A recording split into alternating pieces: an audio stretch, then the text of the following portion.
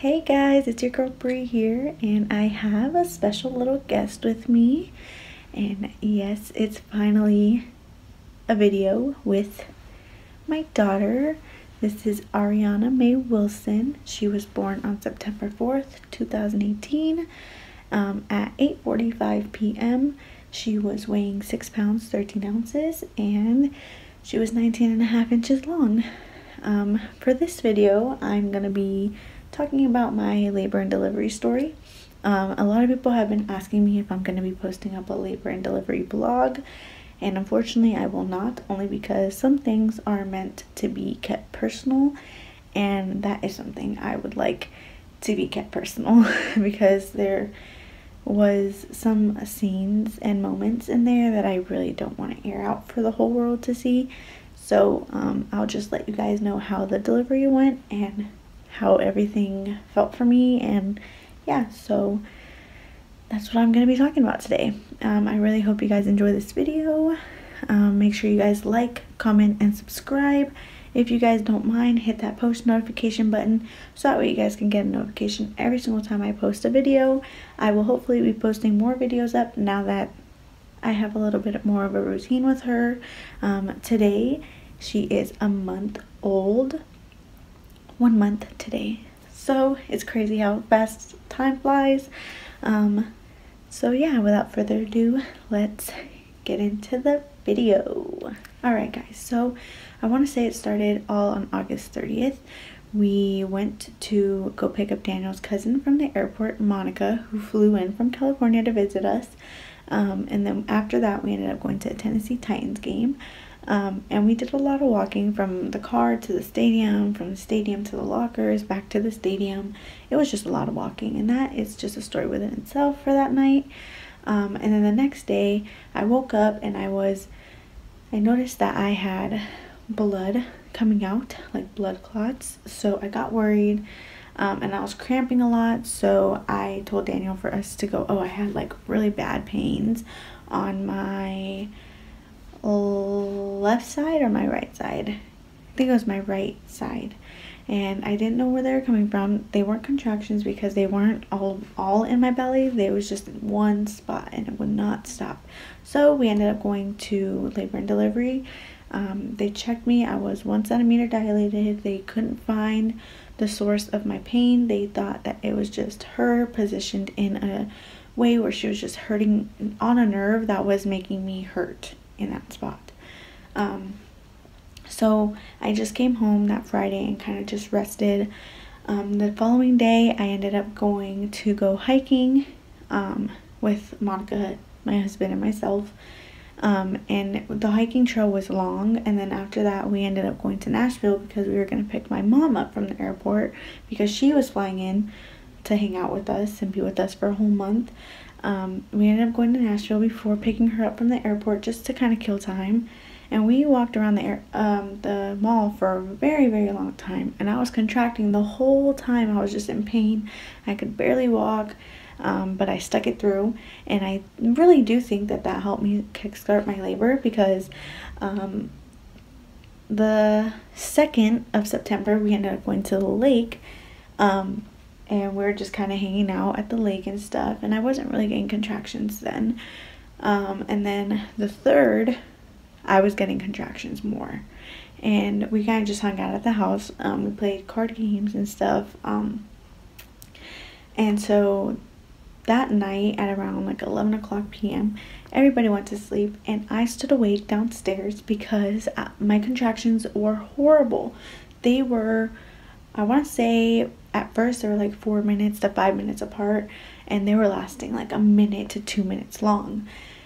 So I was in pain, and I was just trying to stick it through and breathe it out until about 5 a.m. hit. And I tell you, from 11 to 5 a.m. I did not sleep.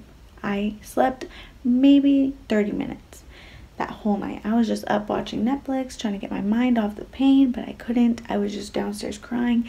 I didn't want to wake anybody up because I figured that it was Braxton Hicks contractions, and I figured Why overreact? Why go to the hospital when they're just going to tell you it's Braxton Hicks contractions, and then they're going to tell you to go home? I didn't want that to happen, so I tried sticking it out until about 5:30 in the morning. My husband was supposed to go to work, and I just couldn't deal with the pain anymore. I came upstairs, and I was just crying, and he was like, "What's wrong?" And I was like, "I'm just contracting so much. Like, my contractions are 5 minutes apart. They're lasting 1 to 2 minutes.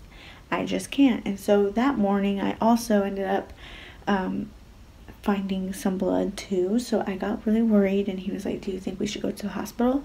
And I was like, "Yeah, let's go," you know. So we ended up leaving to the hospital around 7 o'clock. We got to the hospital and they checked me in. Sure enough, they were like, "Well, you're 5 centimeters dilated." And I was like, "What?" And so I started crying because I still had another 2 weeks, a week and a half, almost 2 weeks till my due date. And I remember asking my OB if there was any likelihood of giving birth before my due date, and she said no, because for a first-time mother, it's always either on your due date or after. It's hardly ever likely that a first-time mother has their baby before. So I was freaking out, and I was like, "What? Like, my doctor told me that it wasn't going to be possible that I would have my baby before my due date, you know?"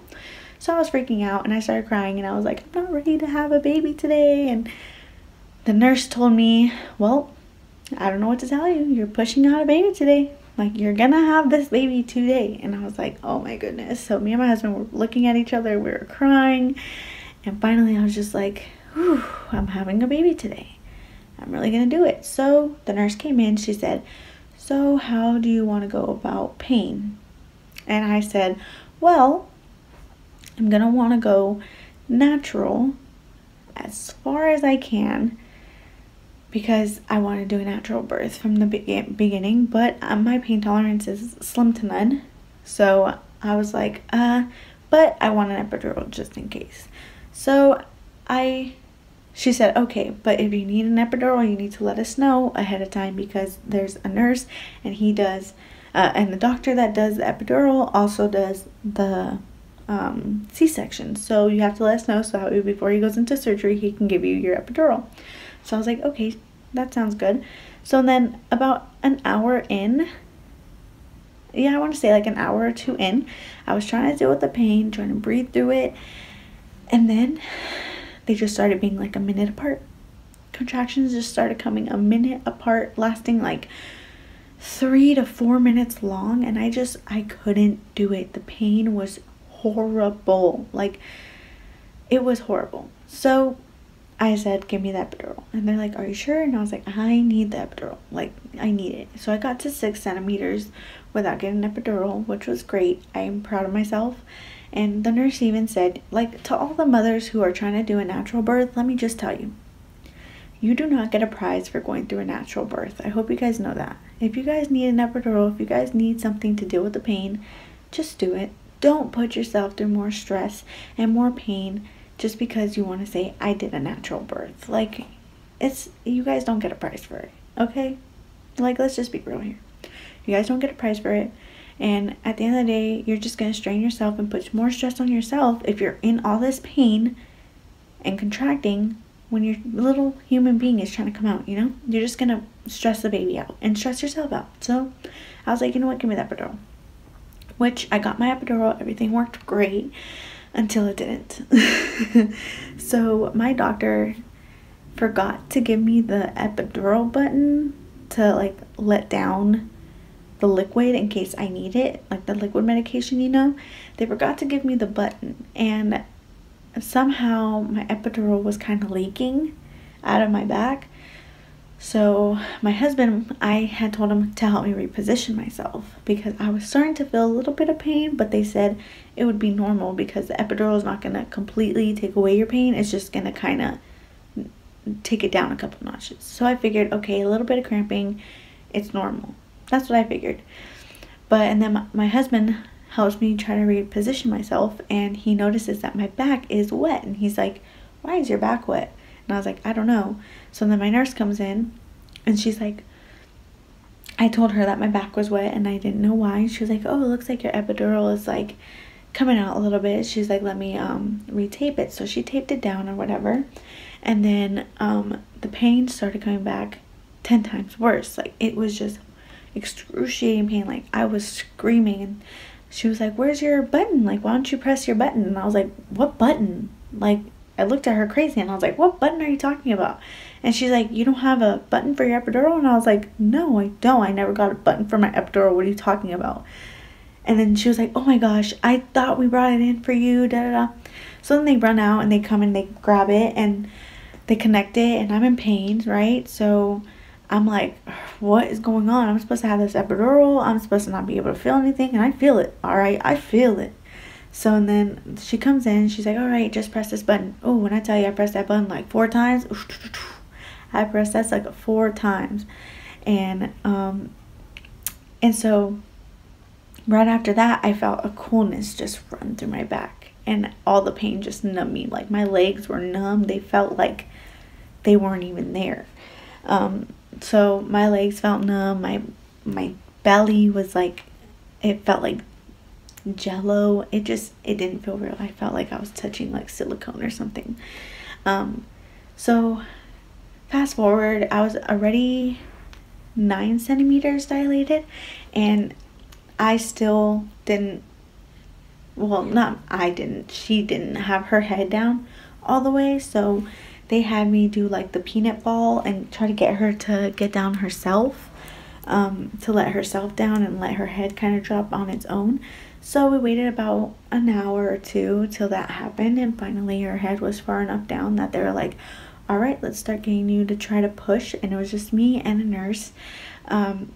And she was, when I say this nurse was amazing, she was amazing. She was like, okay, mama, we're gonna push. All right, ready? And she was like so comforting, and she would make me push, and she's just like, push, push, push, you're doing great. Oh my gosh, great job breathing. Like, she was just really amping me up, that I was like, okay, I got this, you know? So time came, they're like, okay, her head is right there, her hair's already showing, like, are you ready to push her out? And I was like, you know what, let's push her out, because I can feel like the contractions, I can feel her trying to push herself out, that I was like, let's do it. Whew. When I tell you that epidural went out the window, it went out the window. Like, I swear the epidural just all of a sudden, boom, disappeared, and I just felt everything. And I don't mean to scare anybody, you know, but this is just me. This is my story. This is my experience. Not everybody goes through this. I get it. But I feel like I felt everything. And I felt her head coming out. I felt her, when it got to her shoulders, I just felt it all. And I mean, I didn't tear. I didn't tear very much. I only got like 6 stitches, so I didn't tear very much, but it did hurt when I was pushing her out. And then once they got her shoulders out, oh, it was the biggest relief. It literally felt like they popped like a water balloon that was just super filled, and it just popped, and it was like, whew.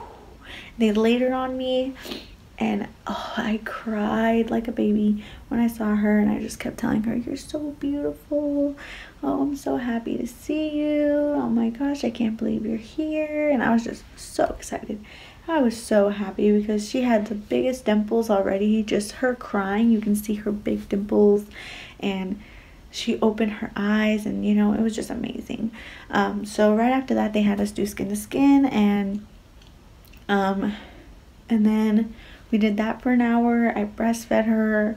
Then after that, they kind of wanted me to get up and start moving a little bit once my legs were able to. So I got up and I went to the bathroom on my own, and you know, it was a little bit uncomfortable because I mean, I've never gone through this before, so I didn't know how to like clean myself when I went to the bathroom. I didn't know what to do when I went to the bathroom. So I mean, once I got used to it, once I like around my 3rd or 4th time going to the bathroom, I got used to what I had to do. Thankfully, my husband was a huge supporter and helped me with everything. If I needed to go pee, he was in the bathroom with me. If I needed to shower, he was right there with me. If, you know, I needed to be repositioned, he was there with me. Like, through everything, he was right there. And when I was pushing and going through all my pain, he was there to hold my hand, and he's like, breathe, babe, you're doing great, like, okay, ready to push, like, okay, push, push, push, keep breathing, babe. Like, he was amazing. He was the greatest supporter ever throughout that whole labor and delivery process. It was awesome. So once we got our own room, we went to our room, and then I talked to the nurses there, and they're like, okay, you're going to be nursing every 2 to 3 hours. Make sure you change your diaper. We're going to come in around like 3 in the morning to take her to go get a bath. And so it was a long night, let me tell you. It was a long night, but after that, it kind of just died down. She was sleeping a lot. She was just really soothed out. And within I think the 6th, yeah, I think September 6th, we came home. So it was pretty easy. All the nurses I had, I delivered her over in Batch, which is the Army hospital on base. They were all great nurses, and the midwives that were there were amazing. The nurses were so sweet and so on top of everything, constantly coming in and asking, hey, do you need anything? Are you okay? Do you need water? Do you need more essentials for yourself? Like, does the baby need anything? And I'm like, no, I'm great, you know, like, don't worry about me. I'm awesome. I have my blanket, I have my own pillow, I have my water, I'm good, you know. So yeah, my experience was good, but it was bad. I mean, it was good because, you know, like, I had like the great nurse staff. I had a great delivery system, I guess. My whole delivery system was awesome. Like, all my supporters were awesome. The only thing that sucked was, you know, obviously pushing out the child, but I would do it again for sure. I would do it. I mean, it didn't hurt that bad. I would definitely do it again, obviously. Yeah, so I hope you guys enjoyed my story. That was it for tonight.